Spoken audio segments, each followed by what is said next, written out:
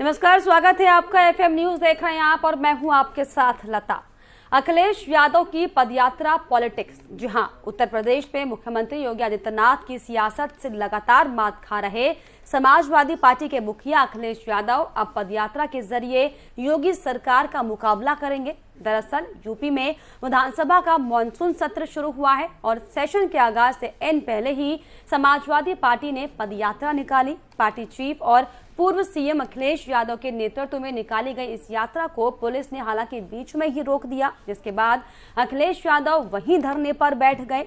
वो पार्टी कार्यकर्ताओं के साथ इस दौरान विधानसभा दरअसल जा रहे थे। वहीं पत्रकारों से बातचीत करते हुए अखिलेश यादव ने ये कहा कि यूपी में सड़कें जर्जर हैं, जगह जगह पर गड्ढे बने हुए हैं, किसान नेता परेशान हैं, किसान परेशान हैं, कुछ जगह बाढ़ तो कुछ जगह सूखा पड़ गया है पर कोई राहत नहीं दी गई है, नुकसान भी हुआ पर किसानों को कोई मुआवजा ना मिला है, लंपी वायरस फैला हुआ है, उससे जानवर मरे हुए हैं, सरकार ने कुछ नहीं किया और इस सरकार के काम से कोई भी संतुष्ट नहीं है।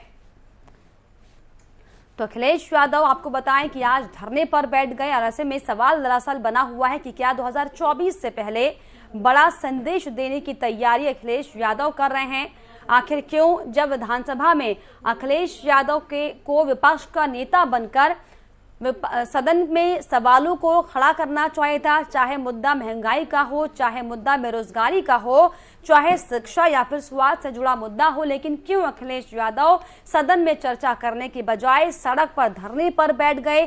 क्या अब ये अखिलेश यादव की जो है ये धरने वाली पॉलिटिक्स है, ये 2024 की तैयारी है? क्योंकि जिस तरीके से अखिलेश यादव तमाम मुद्दों की बातें कर रहे हैं, ऐसे में अखिलेश यादव जो विधानसभा सत्र से पहले जो हंगामा करते दिखाई पड़े हैं, दो तस्वीरें आपकी टीवी स्क्रीन पर इसी को लेकर हैं, जिसमें पहली तस्वीर में देखिए किस तरीके से अखिलेश यादव अपने समर्थकों के साथ सड़क पर बैठ गए, हंगामा करने लगे, यानी कि एसपी की पदयात्रा पॉलिटिक्स इसे कह सकते हैं। तो वहीं दूसरी तस्वीर में क्योंकि बिना बताए अखिलेश यादव ने धरना प्रदर्शन किया, पुलिस प्रशासन एक्टिव दिखाई पड़ा, जगह जगह पर जो है पुलिस लगी सुरक्षा को लेकर, क्योंकि जो रास्ता एंड मौके पर समाजवादी पार्टी को दिया गया था धरना प्रदर्शन करने के लिए, अपनी बातों को रखने के लिए, उस रास्ते से आने की बजाय अखिलेश यादव दूसरे रास्ते से पहुंचे, जिसको लेकर कोई अव्यवस्था सड़कों पर ना बन जाए। इसी कड़ी में पुलिस ने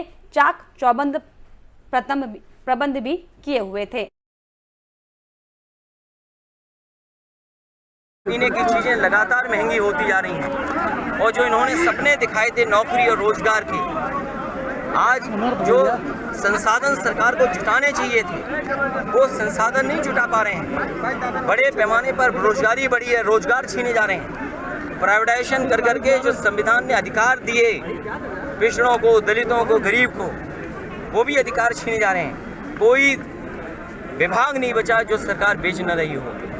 रेलवे बिक गया, हवाई जहाज एयरपोर्ट बिक गए, जहां पर बड़े पैमाने पे नौजवानों को नौकरी रोजगार मिल जाने चाहिए थे वो सब खत्म कर दिए गए। फौज की कोरोना की वजह से भर्ती बंद थी, भर्ती नहीं हो रही और जिस रूप में ये लेकर के आए अग्निवीर, कोई नौजवान उससे संतुष्ट नहीं है। जिस समय नौजवान निकले थे उस समय उन पर झूठे मुकदमे लगा दिए गए।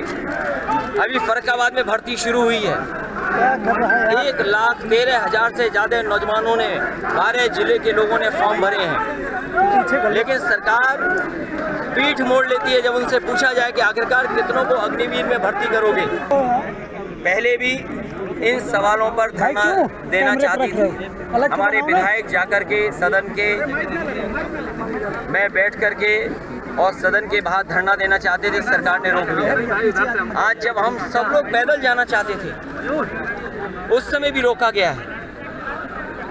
आखिरकार ये कैसी सरकार है जो विधायकों को, पूर्व मंत्रियों को, कई बार के विधायक हैं, पूर्व स्पीकर हैं, बड़े बड़े पदों पे पूर्व में लीडर ऑपोजिशन रहे, वो सब साथ हैं, उनको सदन में नहीं जाने दे रहे। आखिर सदन में जाकर के हम अपनी जनता की तो बात उठाते हैं। आखिरकार सरकार क्यों नहीं फेस करना चाहती, और सरकार इसलिए नहीं फेस करना चाहती है क्योंकि हर मुद्दे पर सरकार असफल हुई है। लेकिन लोकतंत्र के मूल्यों को बचाने के लिए समाजवादी पार्टी इसी तरह यही सड़क का रास्ता अपनाएंगे।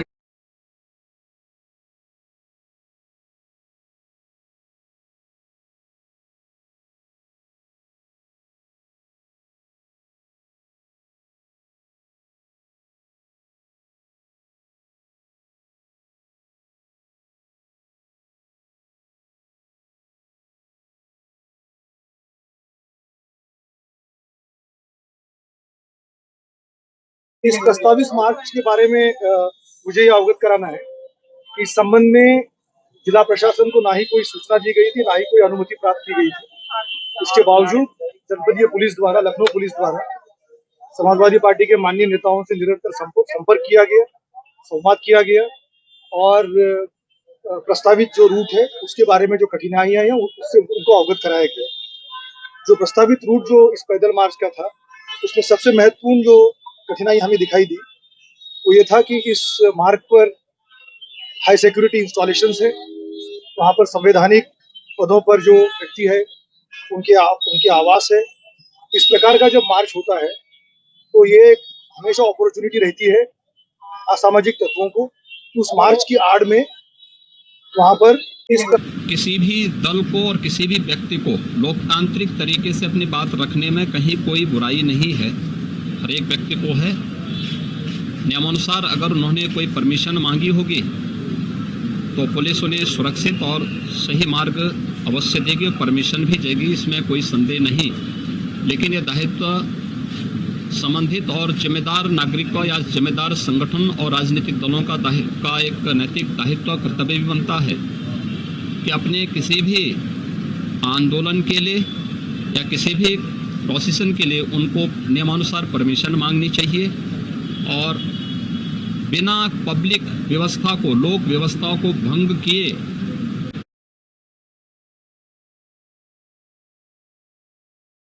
तो ऐसे में अखिलेश यादव की पदयात्रा पॉलिटिक्स के बाद ये सवाल खड़े होते हैं कि क्या अब पदयात्रा के जरिए योगी सरकार का मुकाबला अखिलेश यादव करेंगे और आखिर कितनी रंग लाएगी अखिलेश यादव की पदयात्रा पॉलिटिक्स, से लगातार सवाल बने हुए हैं। इसके अलावा 2024 से पहले बड़ा संदेश देने की कोशिश में क्या अखिलेश यादव हैं और क्यों विपक्ष की भूमिका निभाने की बजाय सड़क पर हंगामा किया जा रहा है? क्या यात्रा के जरिए कार्यकर्ताओं में जोश भरने की कोशिश अखिलेश यादव करें? तमाम सवाल एफएम न्यूज के बनते, क्योंकि जिस तरीके से पदयात्रा की पॉलिटिक्स अखिलेश यादव कर रहे हैं इसको लेकर हालांकि हंगामा अब जो सियासी गलियारों में वो बरपा हुआ है। एक और जहां समाजवादी पार्टी के नेता ये आरोप लगा रहे हैं कि उत्तर प्रदेश में तमाम तरह की समस्याएं हैं लेकिन जो राज्य सरकार है उनके कामों से जनता संतुष्ट नहीं है, तो वहीं दूसरी ओर बीजेपी लगातार ये कहती सुनाई पड़ रही है कि जो प्रदेश में काम हुआ है उसी के बलबूते जनता ने दोबारा से बीजेपी को चुना है।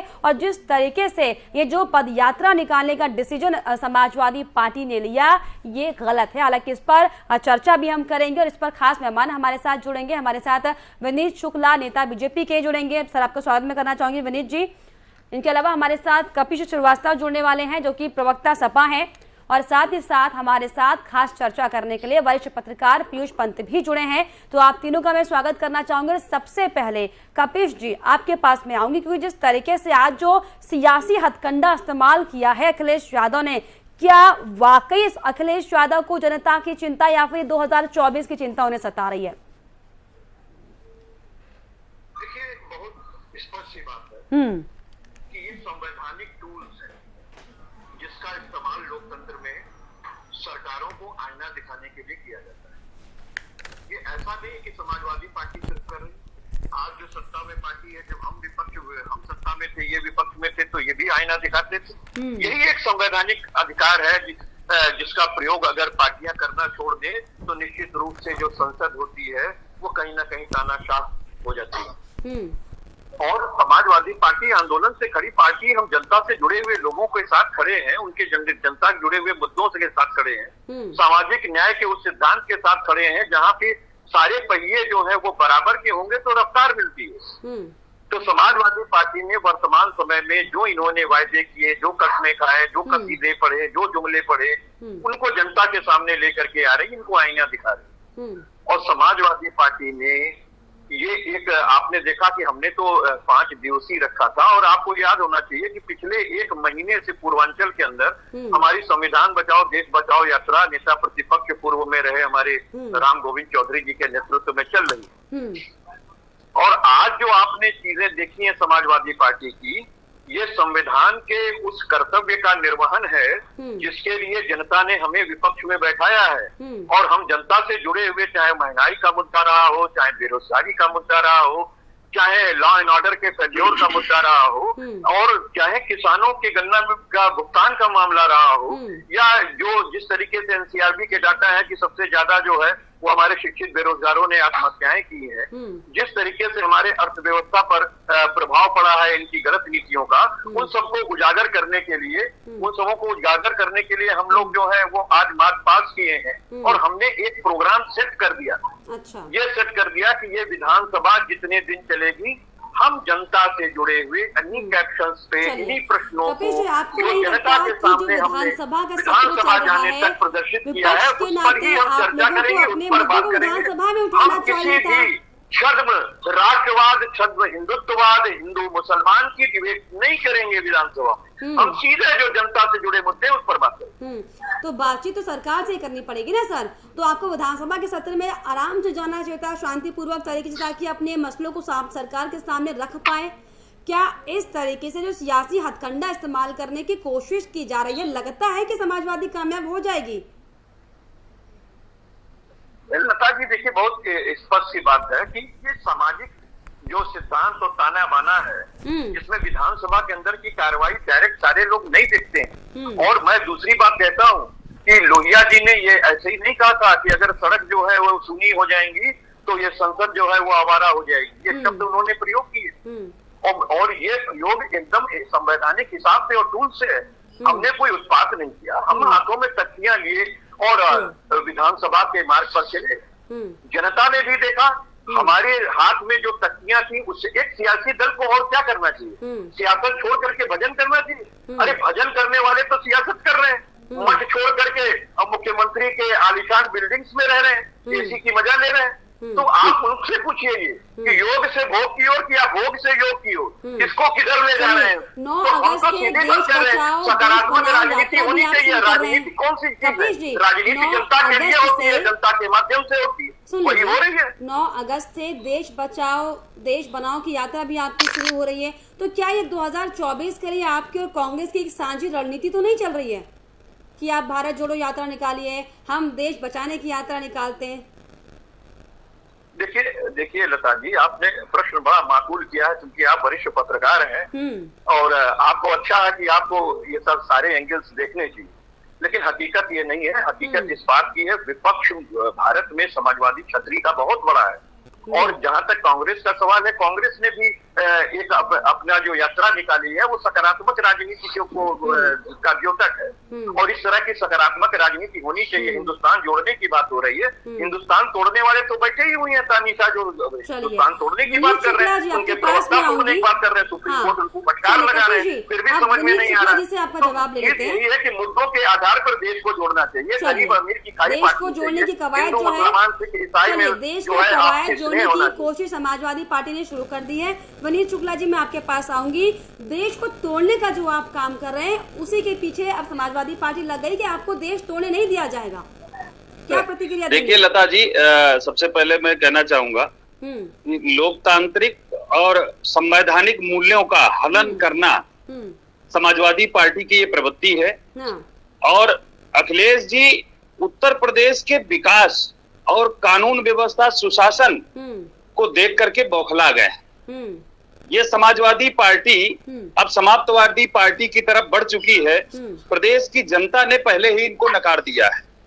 अभी सपा के मित्र कह रहे थे कि हमने उत्पात नहीं मचाया, तो मैं इनको स्पष्ट कर देना चाहता हूं कि ये उत्तर प्रदेश है और उत्तर प्रदेश में आदरणीय योगी जी का राज है।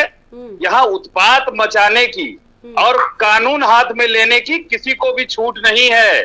ये ध्यान में रखिएगा, ये भाजपा सरकार है, आदरणीय योगी आदित्यनाथ जी की सरकार है। अगर आपने उत्पात या कानून व्यवस्था को हाथ में लेने की कोशिश की तो उस पर सख्ती से निपटेगा प्रशासन।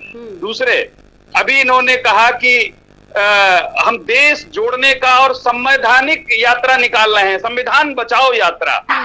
जिन लोगों का संविधान पर कोई विश्वास ही न हो और समाज और देश को तोड़ने वाली ताकतें जब देश जोड़ो आंदोलन में लग जाएं, एक दिल्ली के युवराज और एक उत्तर प्रदेश के युवराज, जिन्होंने अपनी पार्टी के अंदर ध्वस्त लोकतंत्र उनके अंदर है और दूसरे साथ साथ उनका जो सामाजिक स्थिति है आप सबको पता है, सिर्फ अपराधियों के सहारे उनको कैसे अगले पायदान पर लाया जाए। गुंडे, माफिया, मवाली, अराजकता फैलाने वाले लोग कैसे सड़क पर उतर करके दंगा करें, इसके लिए समाजवादी पार्टी जानी जाती है।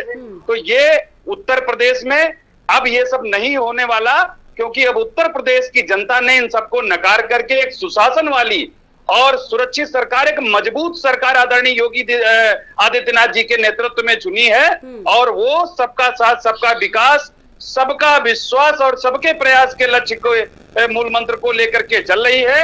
हम अंतिम पायदान में बैठे व्यक्तियों के उत्थान के लिए गरीब कल्याण की योजनाओं का काम कर रहे हैं। हम आदरणीय प्रधानमंत्री जी के जन्मदिन दिवस के दिन से लेकर के गांधी जयंती तक 2 अक्टूबर तक हम सेवा पखवाड़ा के रूप में गरीबों के कल्याण के लिए काम कर रहे हैं। ना कि हम बड़े बड़े केक काट करके लंदन से घी मंगा करके नाच गाना नहीं कराते हम सफाई में। हम सेवा पखवाड़े के जरिए जनता की सेवा कर रहे हैं। लेकिन ये उत्तर प्रदेश में अराजकता फैलाना चाहते हैं, दंगा फैलाना चाहते हैं, जो इनका मूल चरित्र है। और समाजवादी पार्टी से ये सब शुचिता की और इसकी कल्पना करना ये मतलब कपोल कल्पना है। चलिए पीयूष जी, आप वरिष्ठ पत्रकार हैं। इस तरीके से समाजवादी पार्टी ये कह रही है कि हम देश तोड़ने वालों को खत्म करने की कोशिश कर रहे हैं, बीजेपी ये कह रही है कि जो अराजकता फैला रही है हम उसको खत्म करना चाहते हैं। क्या आप इन तमाम जो घटनाक्रम चल रहा है राजनीतिक पॉलिटिक्स में क्या समझ पा रहे हैं? और जो अखिलेश यादव ने जो आज ये धरना प्रदर्शन किया, धरना पॉलिटिक्स की है, इसे आप कैसे देख रहे हैं सर?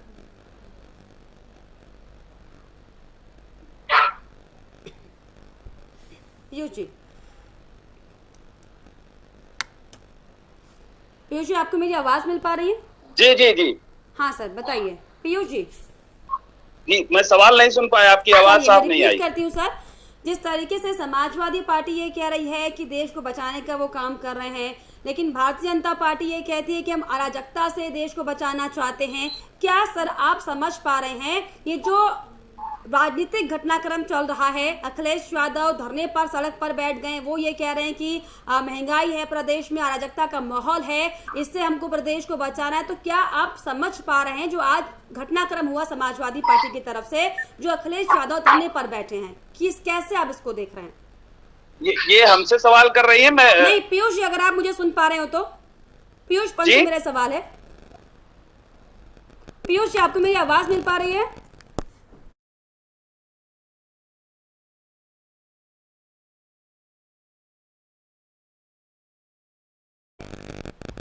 तो जिस तरीके से लगातार हमारा जो चर्चा का विषय वो यही बना हुआ है कि आखिर जिस तरीके से 2024 भी अब नज़दीक है, हालांकि अलग अलग राज्यों में विधानसभा चुनाव भी नज़दीक है, ऐसे में ये जो धरना पॉलिटिक्स जो अपनाई है समाजवादी पार्टी ने, क्या वाकई जनता की फिक्र इन्हें है या फिर ये सिर्फ और सिर्फ उनके एक रणनीति का हिस्सा है कि चलिए चुनाव अब नज़दीक है और धरने पर हम बैठ जाते हैं? तो इसी बात पर मैं कपिल जी आपके पास आना चाहूँगी, क्योंकि जिस तरीके से अभी हाल ही में जो चुनाव हुए, 22 में जो चुनाव हुए, तब भी आपने पूरी कोशिश की। आपको नहीं लगता कि अगर वाकई जनता आपसे प्रभावित हो रही होती, जो आप महंगाई, स्वास्थ्य, शिक्षा, तमाम जो मुद्दे लेकर आ रहे हैं वो वाकई उन्हें समझ आ रहे होते या फिर उन्हें दिक्कत होती, तो जो हार का सामना आपको करना पड़ा वो करना नहीं पड़ता? नहीं लगता? या फिर आप लोगों को समझा नहीं पा रहे हैं, या जनता समझना नहीं चाहती है, या फिर उन्हें कोई परेशानी नहीं है? नहीं लता जी, इसमें देखिए दो बातें। पहली बात यह है कि समाजवादी पार्टी ने 2022 के इलेक्शन में विपरीत परिस्थितियों, मैं विपरीत परिस्थितियां क्यों कह रहा हूं, जहां संवैधानिक संस्थाओं की चूल्हे हिला दी गई हों, जहां संविधान को ताक पर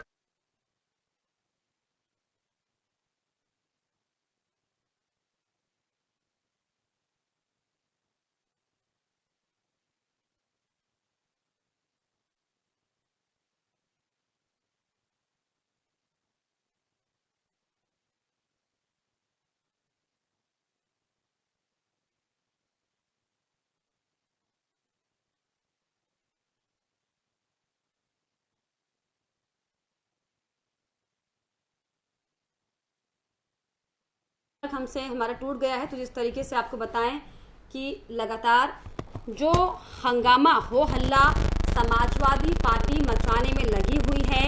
हालांकि एक और लगातार समाजवादी पार्टी के जो मुखिया हैं अखिलेश यादव, उनका ये कहना है कि जो प्रदेश में स्थितियां हैं वो अस्त व्यस्त हो चुकी हैं और इसीलिए मजबूरन समाजवादी पार्टी को सड़क पर आना पड़ा। लेकिन बीजेपी वहीं ये कह रही है कि हालात जो हैं वो अराजक बनाने का काम समाजवादी पार्टी कर रही है।